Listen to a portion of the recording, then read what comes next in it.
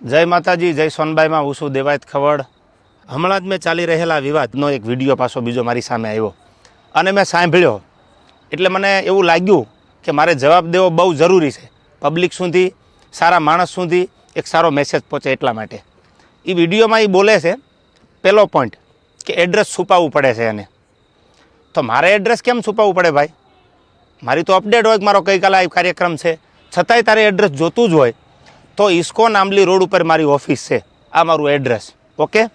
બીજી વાત, પ્રશ્ન બીજો કે 200 લોકોને સાથે લઈને ફરે છે.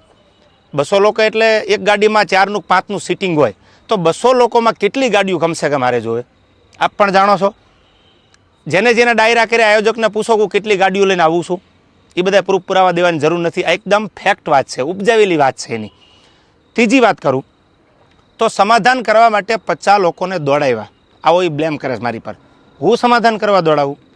તું એવડી મોટી કોઈ તોપ નથી તો હું સમાધાન કરવા માટે 50 લોકોને દોડતા. ઓથેન્ટિક પુરાવો કે તે જ્યારે આ બનાવ બન્યો 2 વર્ષ પહેલાં સોનબાઈમાના મંદિરે જ્યારે સમાધાન કરવાનું હતું ત્યારે પ્રવીણદાન ગઢવી એટલે કે મોગલ સેનાના પ્રમુખ, મને ફોન આવ્યો પેલો દીપકભાઈ કાઠીનો અમદાવાદ કે પ્રવીણદાનને કામ છે. પ્રવીણદાનને કોન્ફરન્સમાં લીધા અને મને પ્રવીણદાને કીધું કે કોઈ પણ રીતે આ મામલો પતાવવાનો છે, તમે પ્લીઝ. મેં કીધું કાંઈ વાંધો નહીં, તમે પ્લીઝ ન બોલો. ત્યાર પછી મને ફોન આવ્યો મઢડાથી દાદુભાઈનો. દાદુભાઈએ કીધું કે તમારે સોનબાઈમાના મંદિરે આવવાનું છે. એટલે મેં કીધું કે આવું ખરો પણ માફી નહીં માગું. તો દાદુભાઈએ કીધું કે માફી માંગવા બોલાવાના નથી. આ વાત થયા પછી હું મઢડા સોનબાઈમાના મંદિરે રાજકોટથી જવા તૈયાર થયો.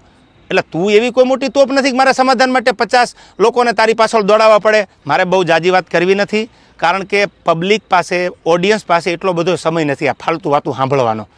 પણ મારે પ્રૂફ આપવું એ મારા માટે અગત્યનું જરૂર લાગ્યું. મારો કિંમતી સમય સાહિત્યમાં મારા જે પ્રેક્ષકો છે એને સારી વાતું સંભળાવવામાં કે સાહિત્યની 2 વાતું નવી આપવામાં છે. એટલે મને આ બધી ફાલતુ વાતોમાં એટલો બધો ઇન્ટરેસ્ટ નથી. રહી વાત બીજી સંસ્કારની, તો સંસ્કારની વાત રહેવા દે ભાઈ. બધાના સંસ્કારની બધાને ખબર છે. જે મુઠ્ઠી બાંધેલી છે એને ઉઘાડી ન કર, ઉઘાડી હવા ખાય.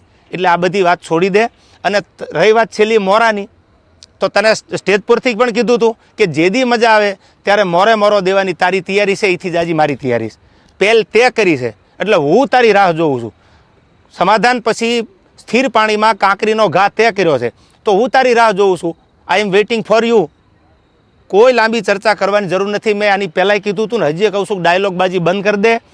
તારી રાહે રાહ છે, પહેલ તે કરી છે, મેં નથી કરી. તને જ્યારે મજા આવે ત્યારે મારી ઓફિસ છે ઇસ્કોન આંબલી રોડ ઉપર અમદાવાદ, તો ભલે. બાકી તને મારા બધા એડ્રેસ તારી સાથે જે બેસે છે એ મારી સાથે બેસે છે, એની બધી ખબર છે, પૂછી લેજો. ઓકે. રહી વાત બીજી મઢડાની કે જ્યારે સમાધાન મને દાદુભાઈ બોલાવ્યો એટલે મેં કીધું કે માના દરબારમાં માથી મોટું મારા માટે કોઈ હોય નહીં. મારા માટે જે કાંઈ છે, હું જેના ઉપર વિશ્વાસ અને શ્રદ્ધા રાખું છું એ સોનબાઈમાનું મંદિર છે.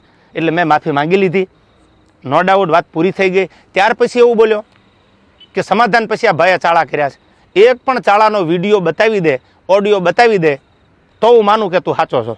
દૂધનું દૂધ અને પાણીનું પાણી, આ બધોય જવાબ સાંભળનારા 18 વરણે આપી દીધો છે. મને તો એટલું યાદ આવે કે સોનબાઈમાના સાનિધ્યમાં સમાધાન થયા પછી આ વસ્તુ જે બની ખોટી છે, જે કરવું હોય એ વેલકમ.